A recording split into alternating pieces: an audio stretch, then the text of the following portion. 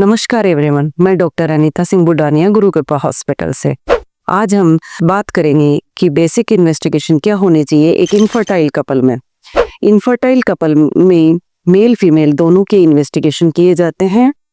Mail factor की बात करें तो मेल में मोस्ट कॉमनली सीमन एनालिसिस किया जाता है। सीमन एनालिसिस में सीमन का वॉल्यूम, सीमन का पीएच, सीमन की viscosity, sperm count, sperm morphology and sperm motility assess किया जाता है।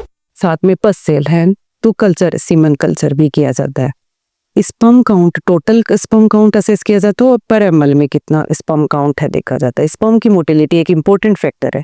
इसमें देखा जाता है स्पर्म प्रोग्रेसिवली मोटाइल है या फिर non progressive motile. Progressive motile means की मोटिलिटी फॉरवर्ड लीनियर आगे की तरफ मूवमेंट है। नॉन प्रोग्रेसिव या non motile means sperm motility नहीं है, या नॉन प्रोग्रेसिव मीन्स स्पर्म एक ही जगह पे घूम रहा है।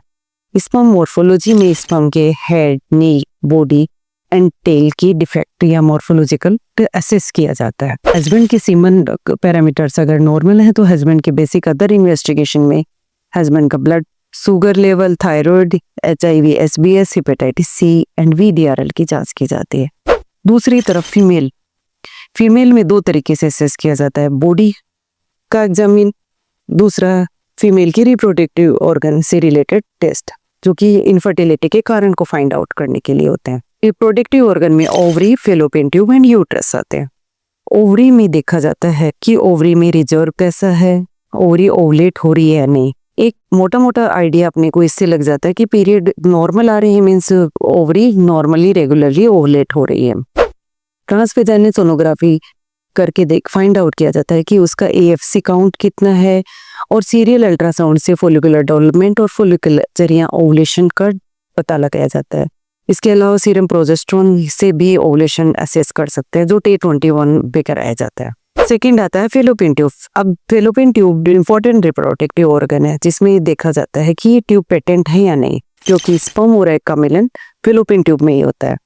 इसके लिए 3 प्रकार के टेस्ट होते हैं। HSG हिस्टोसाल्पिंजोग्राफी जो एक एक्सरे टेस्ट है जिसमें डाई डालकर एक्सरे के अंदर चेक किया जाता है कि डाई का फ्री फ्लो है क्या। सेकंड आता है SSC सोनोसाल्पिंजोग्राफी जिसमें नॉर्मल सेलाइन पुश किया जाता है और सेलाइन का फ्री फ्लो सोनोग्राफी के अंदर असेस किया जाता है। थर्ड आता है DHL डायग्नोस्टिक हिस्टोलेप्रोस्कोपी, ये GA के अंदर किया जाता है।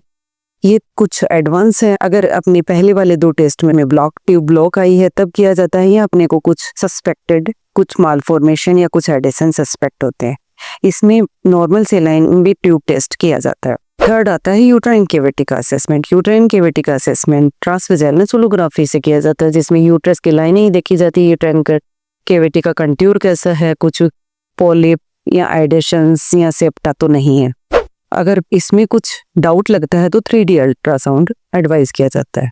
फीमेल में other body test CBC, blood sugar, serum thyroid, serum prolactin, इसके अलावा HIV, HPSAG, SCV and BDRL advice किए जाते हैं। इसके अलावा एक टेस्ट आता है AMH। AMH का पीरियड के डे से खास रिलेशन नहीं होता है, मीन्स कभी भी करवा सकते हो। AMH अपनी ओवेरियन रिजर्व बताता है।